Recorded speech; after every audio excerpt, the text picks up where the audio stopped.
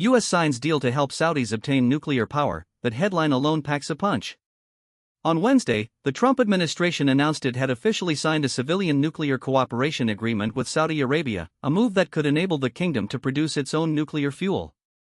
The contract was signed by U.S. Energy Secretary Chris Wright and Saudi Energy Minister Prince Abdulaziz bin Salman, and it is technically a Section 123 security safeguard accord under the Atomic Energy Act.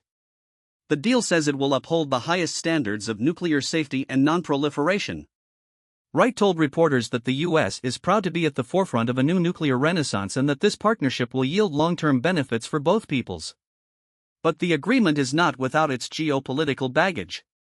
For more than 5 years, the Saudis have pushed for a deal that would let them enrich uranium or reprocess plutonium on their own soil, something the United Arab Emirates was denied in a 2009 arrangement.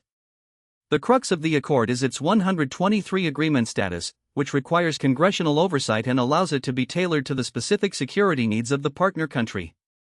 The president has the power to grant exemptions, but any departure from U.S. non-proliferation law still must be reviewed by Congress.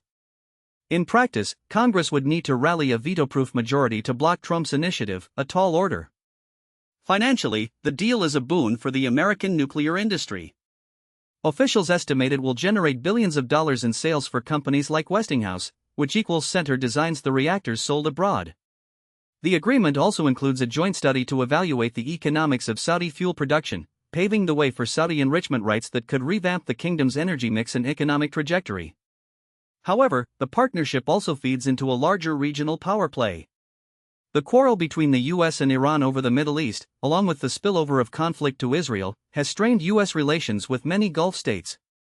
Under President Biden, the agreement was tied to a broader diplomatic envoy that would have included Saudi recognition of Israel, but that prospect faded after the Hamas assault on Israel on October 7, 2023. Trump pulled the atomic cooperation tie from the diplomatic table, making it a standalone initiative. Experts remain skeptical.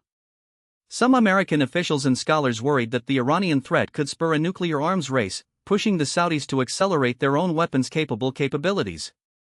Yet the covenant officially places nuclear safeguards on the table and asserts that the world's best scientists and technology will be employed.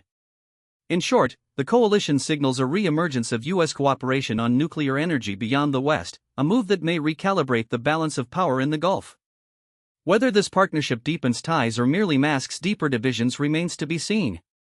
The treaty illustrates how diplomacy, economics, and technology intersect, and how one nation's policy shift can reverberate across an entire region.